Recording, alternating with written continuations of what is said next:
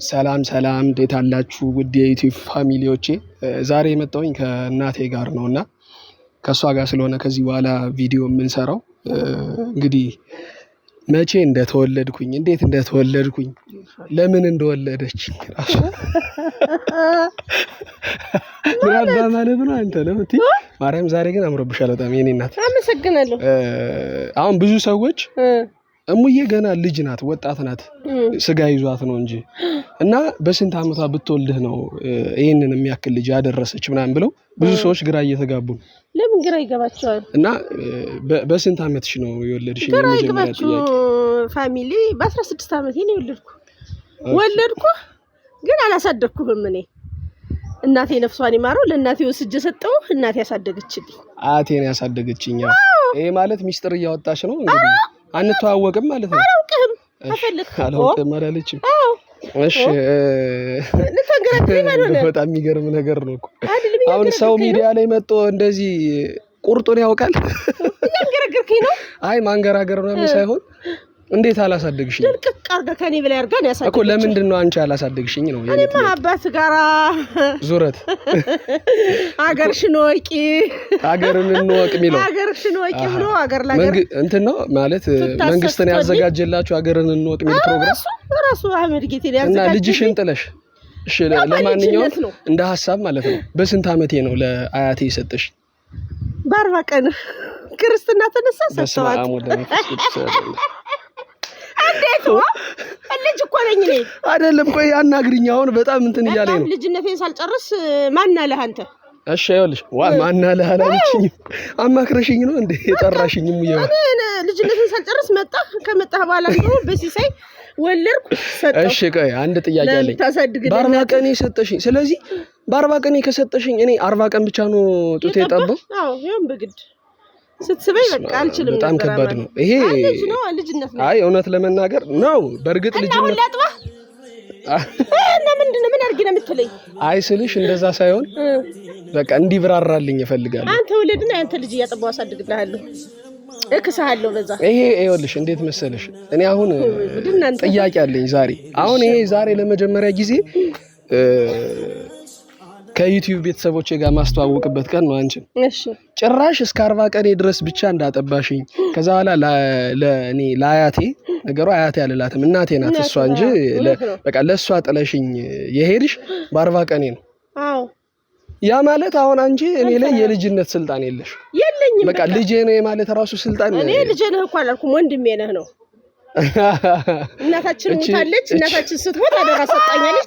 ተቀብዬ አሳድጌያለሁ አይደለም ስልሽ እንትን ነው ምንድነው ይሄ ምን መሰለሽ አሁን እኔ በቃ አልተዋጠልኝም። አልዋጥልኝ ያለ ማለት እንዴት ተጥለሽኝ ሄድሽ? የመጀመሪያው ጥያቄ ነው።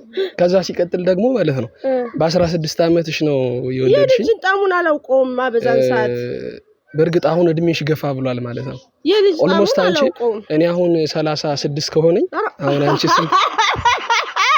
ኧረ ተስቀኝ እንዴት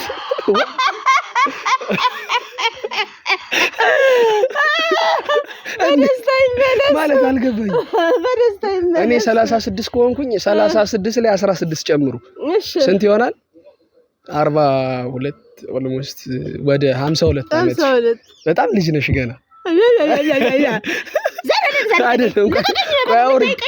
አውሪኝ። እሺ ቆይ አውሪኝ። ኧረ ተይ እባክሽ በዚህ ሰዓት እንዴ ቪዲዮ እየሰራን ስልክ ትላለች እንዴ? ምን እኛ እዚህ ጋር ለቤተሰቦቻችን ኢንተርቴን እያደረግን ቤተሰብ ምን አድርጊ ነው የሚለኝ እንዴ? እኔ ልጅነቴን ሳልጨርስ ነው የወለድኩት። በቃ እናቴ ያሳድጋልኛለች። ምን አድርጊ ነው የሚለኝ አሁን በዚህ እድሜው? ምን አድርጊ ነው የሚለኝ ሳይሆን ለምን መጀመሪያ ለምን ለአያቴ ሰጠሽኝ? ፋብልህ እንድታድግ ብዬ በጣም አስበሽልኝ። እንዴት ነው ህፃን ልጅ በ40 አመቱ ተለይቶ ከእናቱ ፋብሎ የሚያድግ? እንዴት የማያድግ? እኔ በእውነቱ አዝኛለሁ። አሁን አንቺን ራሱ ኖርማል አንቺን አሁን ማለት ነው ኖርማል ሆኜ ለማውራት ራሱ አሁን በዚህ ጉዳይ ኖርማል ለመሆን ይሄን ጉዳይ ለመርሳት ምናምን ነገር ራሱ ጊዜ እንድትሰጪኝ እፈልጋለሁ። ማለት አሁን 1-2 ሳምንት የማሰቢያ ጊዜ ትሰጪኛለሽ።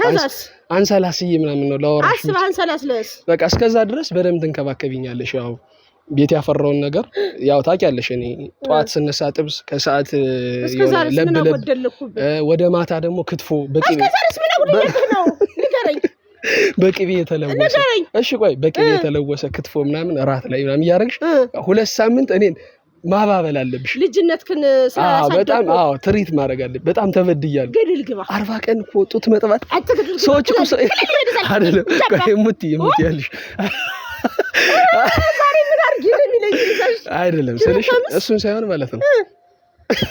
እሺ አልተበደልኩም እኔ አልተበደልኩም። እርግጠኛ ነሽ? በጣም እርግጠኛ ነኝ። አይ አይመስልም።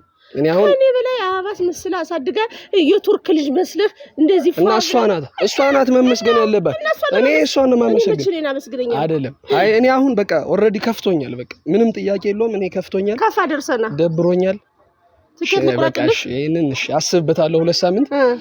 ሌላው ማለት ነው እሺ በህይወትሽ ውስጥ መምከር የምትፈልጊው ምክር ካለ ለሰዎች ማስተላለፍ የምትፈልጊው መልእክት፣ ለምሳሌ ብዙ ወጣቶች በጣም ከባድ ጊዜ እያሳለፉ ነው በዚህ ሰዓት። ማለት አሁን እንደኔ አይነት ወጣቶች አሉ ስራ የሌላቸው ቤት ማለት በቃ ኦሬዲ ቤት ውስጥ የሚኖሩ ምናምን እና በጣም ብዙዎች ራሳቸውን ምናምን እያጠፉ ነው። መፍጠር ይችላሉ። ለምን አይ በቃ ተስፋ መቁረጥ ራስን ማጥፋት እኮ ለሰይጣን እጅን ስሰጥ ነው።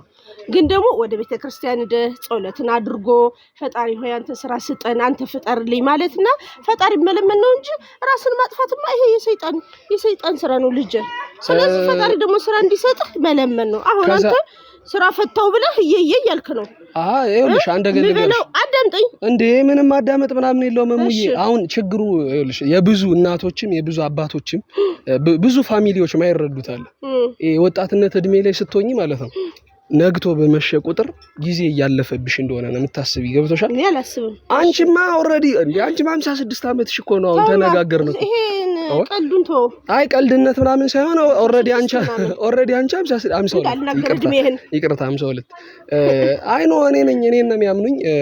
ከዛ ሲቀጥል ይኸውልሽ አሁን እነዚህ ወጣቶች ማለት ነው እግዚአብሔርን የእውነት አሁን አንቺ በእኔ ቦታ ካልሆንሽ ሙቲ ማርያምን የኔን ስሜት አትረጂ። ከትንሽ ነገር ነው የሰው ልጅ የሚነሳ ምንም ከትንሽ ነገር የለውም በዚህ ሰዓት። እንዴ ከትንሽ ነገር ብሎ ነገር የለም በዚህ ሰዓት። በጣም ሁሉም ነገር ከብዷል እኮ ከብዷል። ብዙ ነገሮች እንደናንተ ጊዜ አይደል ሙቲ። ቢያንስ የአንቺ ጊዜ እኮ ይሻል ነበር ሌላው ቢቀር ማለት ነው።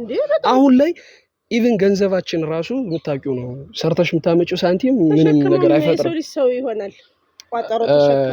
እሺ አሁን እኔ ማለት ነው የምታውቂያቸውን ሰዎች ማለት ነው አናግሪልኝና ስራ እንድትፈልጊልኝ እፈልጋለሁ። ምን ብዬ ላናግራቸው? በቃ ስራ እንዲሰጡኝ ምናምን ነገር እንድታረጊ እፈልጋለሁ ከቻሉ ማለት ነው። እሺ እጠይቃቸዋለሁ። እሺ ከዛ ሲቀጥል ደግሞ ማለት ነው ሌላው ሁለተኛው አድቫይስ የሚሆነው ምንድነው ትዳርን የመሰለ ነገር የለም። አሁን አንቺ እያወራሽኝ ያለሽው ነገር የእናንተ ዘመን ጊዜ ላይ የነበር ነገር ነው። እንግዲህ የእናንተ ዘመንማ እኔ ደግሞ ልኖረው አልችልም። ለምን መሰለሽ ይሄንን እያልኩሽ ያለሁት አሁን አንቺ እሷም ትንሽ ከሞከረች አንተም ምናምን አልሽኝ።